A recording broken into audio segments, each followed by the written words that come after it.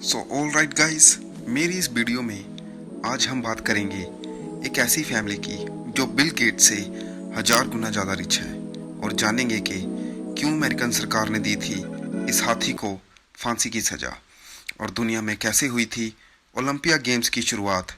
तो ज़्यादा टाइम ना लेते हुए शुरू करते हैं आज का ये काउंटडाउन।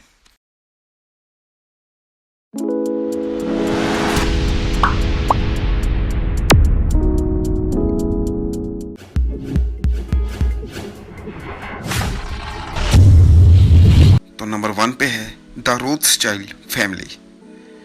दोस्तों, रोथस्चाइल्ड फैमिली बिल गेट से 10 टाइम्स नहीं, 100 एंड 200 टाइम्स भी नहीं, बल्कि 1000 टाइम्स ज़्यादा रिच है। पर कैसे ये फैमिली इतनी रिच है, इसे जानने के लिए हमें 200-300 साल पीछे जाना होगा, जब दुनिया में ट्रेडिंग या लेन देन करने के लिए पैसा नहीं हुआ करता था। पर सोना तब भी दुनिया में एक कीमती चीज़ था और बड़े बड़े लोग अपना ट्रेड सोने और चांदी की चीज़ों से किया करते थे। पर जिनके पास सोना चांदी नहीं था वो क्या करे।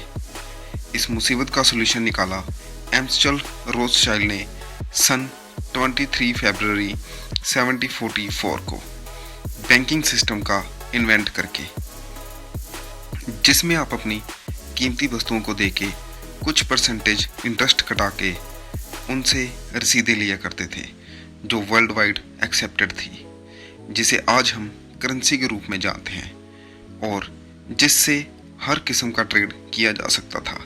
फिर एम्स्टल रोथस्चाइल्ड ने अपने 5 बेटों Vaughn, Solomon, Nathan, Carl and James को भी अलग अलग कंट्री में बेच के उनसे उस कंट्री में बैंकिंग सिस्टम को चलाने को भेज दिया, जिससे ये उस कंट्री से भी प्रॉफिट ले सके। पर इसके अलावा इन्होंने जिस चीज़ से सबसे ज़्यादा पैसा कमाया वो था 2 देशों के बीच जंग करवा के, मतलब वॉर से। फॉर एग्जाम्पल, जब फ्रांस और इंग्लैंड के बीच वॉर हुई थी, तब फ्रांस के नेपोलियंस को जेम्स रोथस्चाइल्ड के बैंक ने फंड किया था और इंग्लैंड की तरफ से नेथन रोथस्चाइल्ड के बैंक ने। और उस टाइम पे जंग में जीता हुआ देश हारे हुए देश को गुलाम बना लेता था और जीता हुआ देश रोथस्चाइल्ड फैमिली का फंड उतारता रहता था। और इनकी सबसे बड़ी गेम थी वर्ल्ड वॉर 1 और वर्ल्ड वॉर 2 की, जिसमें इन्होंने पता नहीं कितने ही हथियार बेचे जो आम इंसान की सोच से भी बाहर है। और इसके साथ ही दोस्तों, पूरा का पूरा star channel network, Sony network and 21 century Fox media सब रोथस्चाइल्ड फैमिली का अपना है। और अब आपको समझ आ गया होगा कि ये फैमिली कितनी रिच है। दोस्तों, जब से धरती पे इंसान का जीवन शुरू हुआ है, तब से लेके 100 करोड़ की पॉपुलेशन तक पहुंचने के लिए हमें 2 लाख साल लग गए, पर 1 बिलियन से 7 बिलियन तक पहुंचने के लिए सिर्फ 200 साल लगे हैं। मतलब धरती पे पॉपुलेशन आज गोली की स्पीड से बढ़ रही है, जो एक चिंता का मुद्दा है। दोस्तों, ओलंपिया गेम्स को हम सब अच्छी तरह जानते हैं, जिसमें हाल ही में हमारे इंडिया के कितने ही स्पोर्ट्समैन अलग अलग स्पोर्ट्स में गोल्ड मेडल भी जीत के आए हैं। पर आज हम बात करेंगे कि ओलंपिया गेम्स की शुरुआत कैसे हुई थी। दोस्तों, पुरातन यूनानी रियासतें आपस में हमेशा लड़ती रहती थी, तो फिर यूनानियों ने बिना लड़े युद्ध करने के पैंतरे अपनाए, जिससे खून खराबे से बचा जा सके, क्योंकि आपस में लड़कर उनकी खुद की फौज ही ख़त्म हो जाती।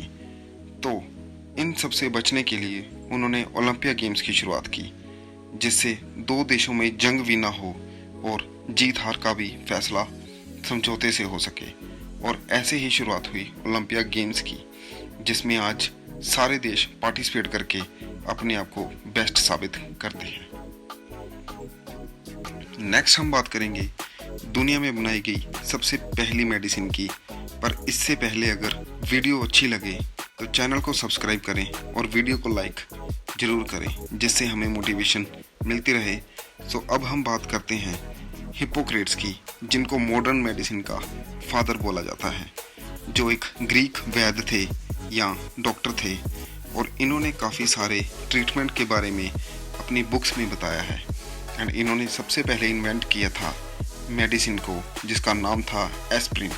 एंड एस्प्रिन दुनिया में सबसे ज़्यादा यूज़ की जाने वाली मेडिसिन है, जिसका यूज़ खून को पतला होने के लिए किया जाता है ताकि ब्लड का क्लॉट ना बन सके। एंड ये medicine as a pain killer भी दी जाती है। एंड मॉडर्न तरीके से सबसे पहले इन्वेंट मेडिसिन है मॉर्फिन, और इसका यूज़ बहुत ज़्यादा हो रहे पेन को रोकने के लिए किया जाता है। एंड अब बात करते हैं इतिहास में हाथी को दी गई फांसी के बारे में, जो कि अमेरिका जैसी कंट्री में दी गई थी। दोस्तों, अमेरिका में 40 पार्क नामक एक सर्कस हुआ करती थी। उस सर्कस में एक मैरी नाम की एलिफेंट हुआ करती थी। ये अमेरिका की सबसे पॉपुलर सर्कस थी, और इसमें एक स्पार्क्स नाम का शो हुआ करता था, जिसमें सिर्फ हाथी ही परफॉर्म किया करते थे, जिसमें मैरी शो की मेन अट्रैक्शन थी। दोस्तों, मैरी का 5 टन वेट होने के बावजूद वो बहुत उछल कूद किया करती थी, और उसका अपने केयर टेकर के साथ बहुत अच्छा रिश्ता बन गया था। पर उस केयर टेकर की एक दिन सर्कस के मालिक के साथ तू मैं हो गई, जिस कारण उसने सर्कस छोड़ दी, और जिसके बाद मैरी काफ़ी दुखी रहती थी।